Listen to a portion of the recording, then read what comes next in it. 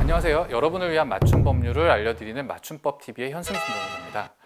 지난번에 민사합의와 형사합의에 대해서 얘기하면서 대부분의 경우에는 두 가지가 동시에 이루어지지만 반드시 그렇지 않은 경우도 있고, 그 대표적인 게 교통사고 사건이라고 말씀을 드렸는데요. 그럼 교통사고 사건에서 어떤 경우에 형사합의가 필요한지 말씀을 드려볼게요. 운전을 하시는 분들이라면 내가 아무리 조심을 해서 운전을 해도 사고가 날 수 있다는 건 다 인정하실 거예요. 근데 현실적으로 교통사고 사건에서 과실 비율이 100대 0인 사고는 거의 없습니다. 물론 없는 건 아니지만 거의 없죠.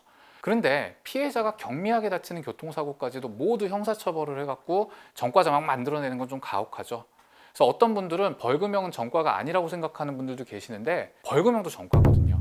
그래서 이렇게 전과자를 많이 만들어내면 안 되니까 국가에서 교통사고 처리 특례법이라는 법을 만들었어요. 이 법에서는요, 예외적인 경우를 제외하고는 가해자가 자동차 종합보험에 가입되어 있거나, 이거 제가 의무적으로 가입해야 되는 책임보험이 아니라 대인배상 2까지 되는 그거 말하는 거라고 말씀드렸습니다. 종합보험에 가입되어 있거나 피해자와 합의가 되면 처벌하지 않도록 하고 있습니다. 운전 중에 사고는 누구나 낼 수 있으니까 합의를 통해서든 보험회사를 통해서든 피해자의 피해를 다 배상하는 경우에 굳이 처벌까지 하지는 말자는 거죠. 근데 그럼에도 불구하고 처벌이 되는 예외적인 경우가 있어요. 피해자가 사망한 경우, 혹은 중앙선 침범이나 신호위반 같은 12대 중과실에 해당하는 경우, 뺑소니나 음주 측정 거부, 그리고 이제 피해자가 중상해를 입은 경우입니다. 이때는 종합보험에 가입되어도 피해 배상이 다 되어도, 즉 보험회사를 통해서 민사합의가 돼도 처벌 대상이 되는 겁니다. 근데 이때 앞에 말했던 것 중에서 중상해의 경우는 좀 달라요. 종합보험 가입됐다고 해서 중상해 사고에서 처벌을 면할 수는 없는데요. 중상해여도 피해자와 합의, 정확하게 말하면 피해자가 저 이 사람 용서했어요, 처벌하지 말아주세요 라고 하면, 처벌을 원하지 않는다는 의사를 밝히면 처벌이 되지 않습니다. 형사합의가 되면 처벌이 안 된다는 거죠. 그러면 형사합의 필요한 경우 두 가지는 이미 정리가 됐어요. 첫 번째는 방금 말한 것처럼 사망이나 12대 중과실 같은 예외 사유에 해당하지 않는데 내가 종합보험을 안 들었다, 그러면 처벌 면하기 위해서 형사합의가 필요하겠죠. 두 번째는 종합보험에 가입이 됐는데도 중상해 사고에서 처벌을 면하기 위한 경우입니다. 그리고 참고로 중상해인지 여부는요, 진단 주수 많이 나오면 중상해라고 생각하시는 경우가 있는데요, 진단 주수에 따라서 결정되는 게 아니에요. 진단 주수가 길어도 아무 후유증 없이 완치가 되면 중상해가 아닐 수도 있거든요. 그래서 진단 주수, 그러니까 치료 기간은 참고만 되는 거고, 진단 기간이 짧아도 중상해가 될 수 있고 반대로 오래 치료를 받아도 중상해에 해당되지 않을 수 있습니다. 이거는 또 기회가 되면 다른 영상에서 한번 자세히 설명해 드릴게요. 형사 합의를 해서 처벌을 면할 수 있는 경우는 지금 얘기를 해드렸어요. 또 어떤 경우에 형사 합의가 필요할까요? 당연한 얘기지만 처벌은 되는데 처벌 수위를 낮추기 위해서는 형사 합의가 필요합니다.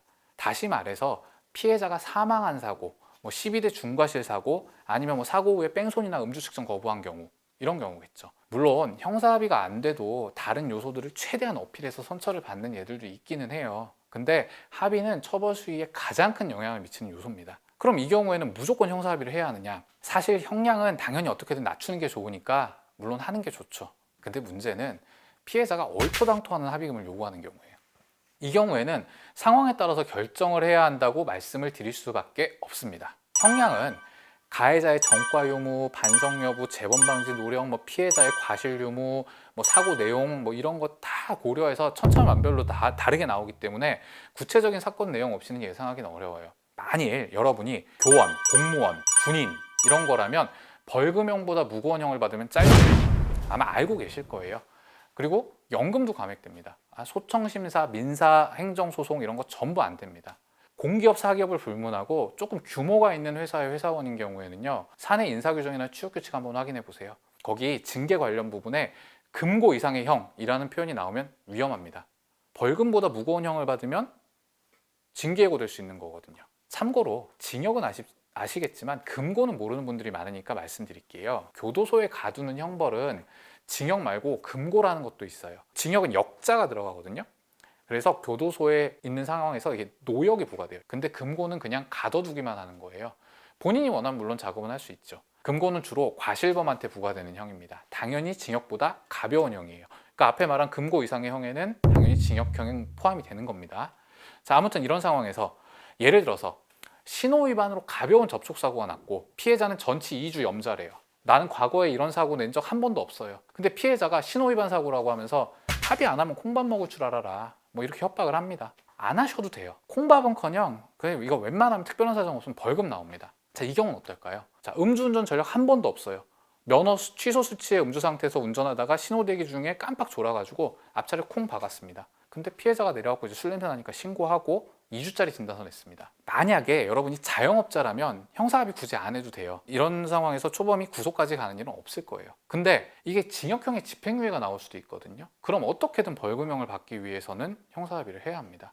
모든 사건을 다 이렇게 설명드릴 수 없어서 제가 안타까운데, 그냥 아주 큰 틀에서 말씀드리자면 교원, 군인, 공무원 또는 특정 자격을 요하는 직업군, 아니면 사내 인사규정에 따라서 벌금형 초과하는 형 받으면 직업을 잃을 수도 있는 그런 경우, 그 다음에 음주사고의 경우, 그리고 피해자가 사망한 경우 등에는 웬만하면 형사합의가 필요하다고 보시는 게 맞을 거예요.